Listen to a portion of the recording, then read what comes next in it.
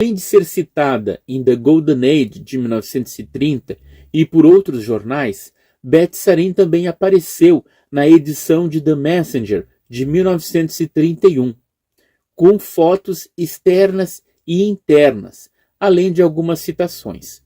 Então, esse The Messenger já traz ali de capa, né, Beth Sarin, sobre a mal falada casa em San Diego. Diz ali esse The Messenger: nem todos os homens têm fé. Atualmente, há apenas um punhado de pessoas no mundo que realmente sabem que a Bíblia é a palavra de Deus. O povo de Deus são coletivamente o servo fiel e prudente de Deus na terra, neste momento. Coletivamente, este servo compõe a sociedade Torre de Vigia. Não há outro servo. É a convicção positiva do servo de que a sociedade Torre de Vigia está sendo usada e será usada pelo Senhor para proclamar o nome, a palavra de Deus e seus julgamentos na terra, diz a publicação The Messenger. Rutherford, um dos homens mais trabalhadores do mundo, foi um dos cristãos em tempos de guerra e, por ousar ser, foi para a penitenciária de Atlanta. Por ter saído da prisão com a saúde comprometida, deveria ter o benefício dessa casa.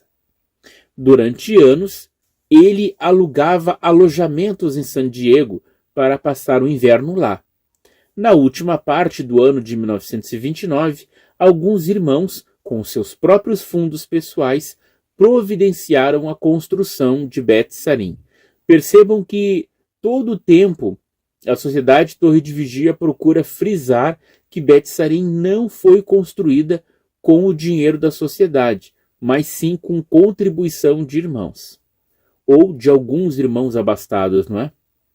Depois de explicar que a casa serviria para os patriarcas hebreus, e isso ser noticiado nos jornais, fala-se do servo mau, ou seja, dos estudantes da Bíblia que se separaram da Sociedade Torre de Vigia.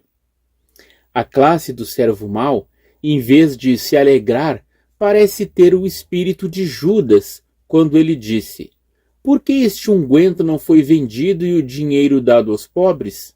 Então, esse era o raciocínio que The Messenger dizia, né? Comparava os estudantes da Bíblia que haviam se separado da Sociedade Torre de Vigia como o servo mau e como um Judas, dizendo por que gastar esse dinheiro todo com o juiz. A publicação menciona o fato conhecido de que Rutherford adquiriu pneumonia na prisão e que estava vivendo com apenas um pulmão bom.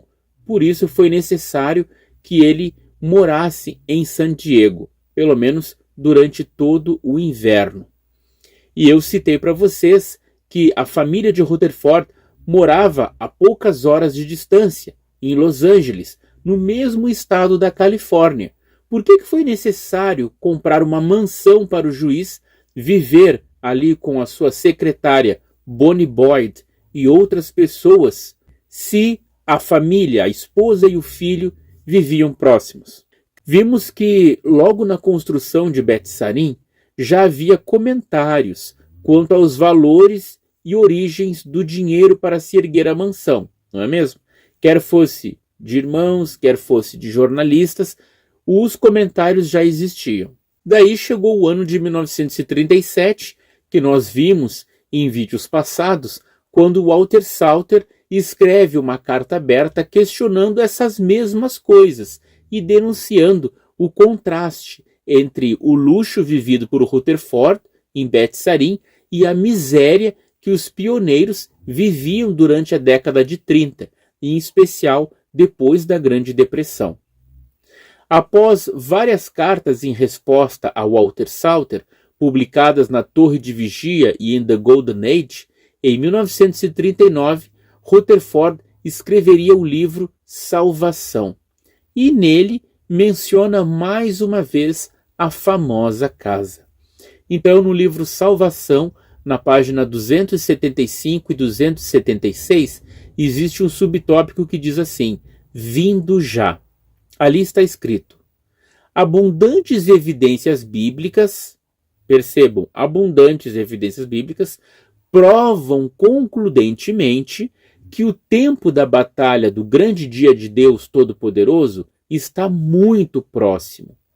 A evidência mostra também abundantemente que esses fiéis estarão de volta na terra no princípio do Armagedom.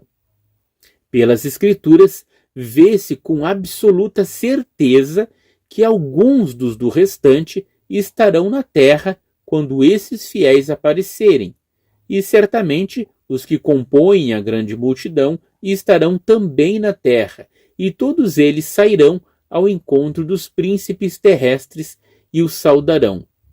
Percebam que Rutherford usa a expressão absoluta certeza. Gravem isso.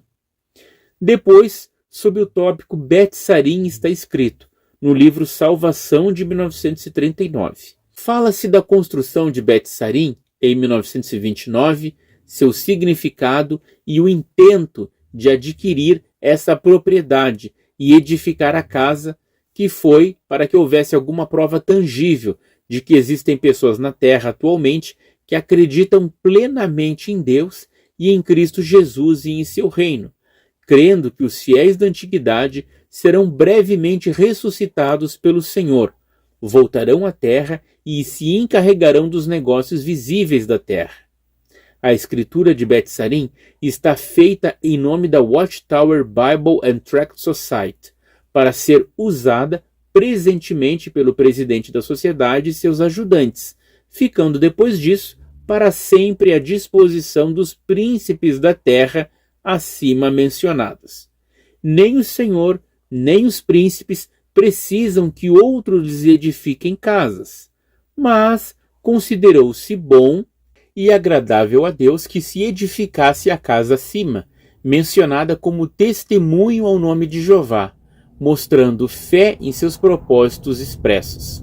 A casa serviu como testemunho a muitas pessoas por toda a terra, e enquanto que os incrédulos mofaram e falaram dela desdenhosamente, ela ali permanece como um testemunho ao nome de Jeová.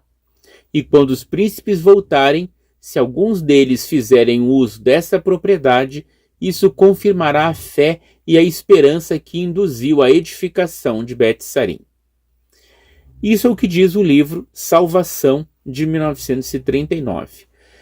Quando a gente analisa essas palavras de Rutherford, é nítido que ele realmente acreditava naquilo, de que os príncipes voltariam e se estabeleceriam naquela casa.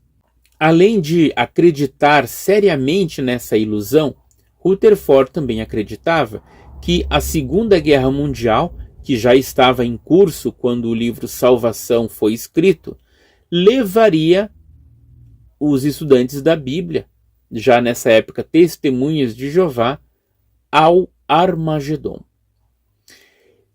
Ele tanto criticou Russell por considerar a pirâmide de Gizé um monumento, estão lembrados? E uma testemunha a Jeová, mas ele mandou construir Bet-Sarim como prova tangível da fé daquelas pessoas e teria servido como testemunho ao nome de Jeová.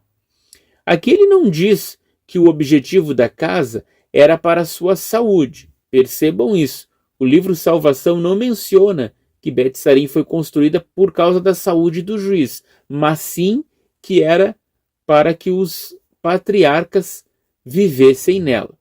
Então é isso, né? Rutherford, quando aponta um dedo para Russell, tem outros 3 apontando para ele. Ele criticou o ensino da pirâmide, né? Como dizendo, como é que Jeová mandaria construir aquilo para ser um testemunho para o nome dele? Isso é ridículo. Mas ele viveu numa casa que era para permanecer para sempre como testemunho a respeito de Jeová. Foi, na verdade, um tiro pela culatra. Bet-Sarim foi, de fato, um testemunho ao mundo, provando que uma fé baseada na torpe ilusão de um povo seguidor de um líder humano pode fazer.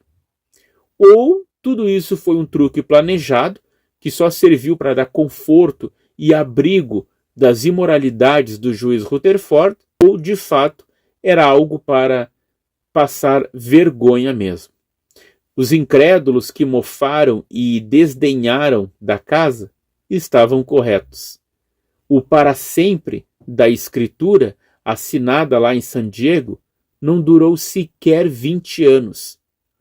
Após 18 anos, a Sociedade Torre de Vigia vendeu Bet Sarim, pois tornara-se dispendiosa, um gasto desnecessário. Percebam, Jesus, governando seu reino desde 1914 e tendo purificado o seu único povo na terra, que era os estudantes da Bíblia e a Sociedade Torre de Vigia, ele fez essa purificação desde 1919. Mas Jesus continuou servindo alimento espiritual estranho e nocivo. Como assim? Por quase 10 anos, o ensino da pirâmide. Depois, por 34 anos, o erro na identificação das autoridades superiores. Por 18 anos, a aprovação da casa de Bet Sarim. E por 30 anos, o ensino de que os príncipes seriam ressuscitados antes do Armagedon para dirigir os assuntos da Sociedade Torre de Vigia. Esse Jesus das Testemunhas de Jeová, como é confuso, não é mesmo? O alimento espiritual que ele serve é completamente errado. Quando nós analisamos, gente, esses dados históricos da organização, nós percebemos que o reinado de Jesus só acontece na cabeça deles. Isso é uma ilusão completa, porque o próprio Jesus não poderia ter cometido todos esses erros ao dirigir a Sociedade Torre de Vigia, tanto no tempo de Russell quanto no de Rutherford. Na sentinela de 15 de dezembro de 1947, na página 382, nós somos informados sobre o destino final de Bet Sarim. Ali fala que houve uma assembleia em Los Angeles, na Califórnia, no ano de 1947. Então, Nathan Orr, agora presidente da Sociedade Torre de Vigia, ao falar sobre fazendas e refúgios que não serviam para nada na obra de expansão e que, consequentemente, estavam sendo descartados, isso o levou, logicamente, a se referir à propriedade da sociedade em San Diego, Califórnia, a saber, a casa Bet Sarim, que significa a casa dos príncipes.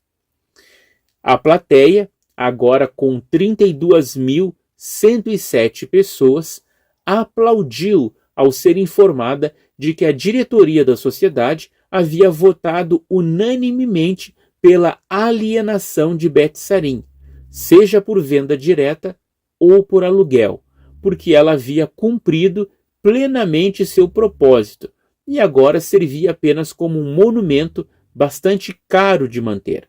Nossa fé no retorno dos homens da antiguidade, a quem o Rei Cristo Jesus fará príncipes em toda a terra, não apenas na Califórnia, baseia-se não naquela casa Bet Sarim, mas na palavra da promessa de Deus.